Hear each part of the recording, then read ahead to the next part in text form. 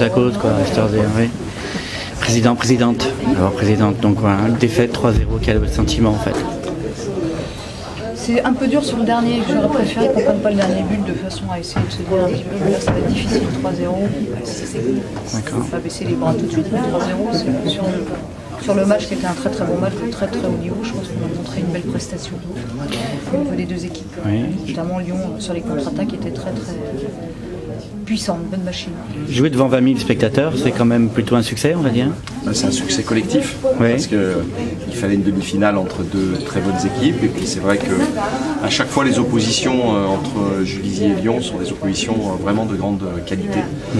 Bon, là ça a été un match engagé, l'arbitre laissait beaucoup jouer, donc c'était un peu limite, mais ceci étant, c'est vrai que le public est parti emballé. Bon, je ne sais pas ce que diront les chaînes de télévision et les téléspectateurs, mais je suis persuadé que ça donnera une très bonne image pour le foot.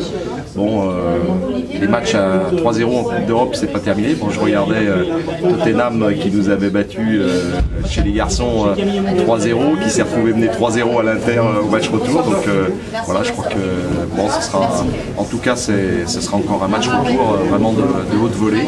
Et puis on se consolera en se disant que celui qui ira à Londres sera soutenu par l'autre, puisque bon, on a essayé de faire le spectacle pour tout le monde. J'ai le sentiment quand même qu'on peut arrêter de parler de professionnalisme et d'amateur et qu'en fait on a vu un grand match de football entre deux grandes équipes. Est-ce que vous partagez ce sentiment-là un peu? Moi largement. De ma part, je pense que le président le sait aussi.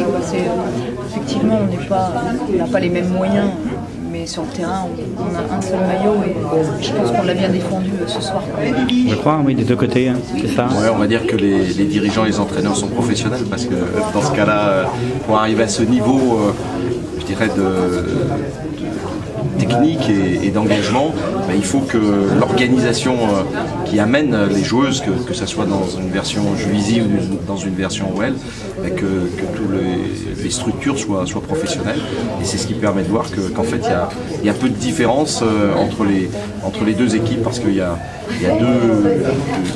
deux équipes qui ont vraiment l'envie de jouer collectif, qui ont des individualités de haute qualité. Donc voilà, je crois que c'est une bonne promotion pour le football, et ça permettra de continuer à se voir dans les années qui viennent, évidemment avec beaucoup de respect. Est-ce que je peux vous poser une mauvaise question? Oui, bien sûr.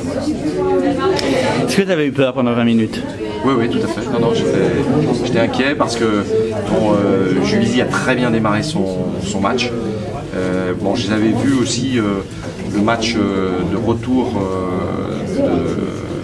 de quart de finale de Coupe d'Europe, où elles avaient merveilleusement bien joué à Göteborg, où elles avaient bien encaissé en étant dominées, et elles étaient revenues derrière avec un jeu très collectif et puis une condition physique très très bonne. Donc les 20 premières minutes on est chanceux, c'est vrai que le Tacheling a cette qualité de pouvoir transformer les occasions. On est quand même chanceux de mener à 0, et heureusement, parce que je crois que c'est ce qui a un peu déstabilisé l'équipe.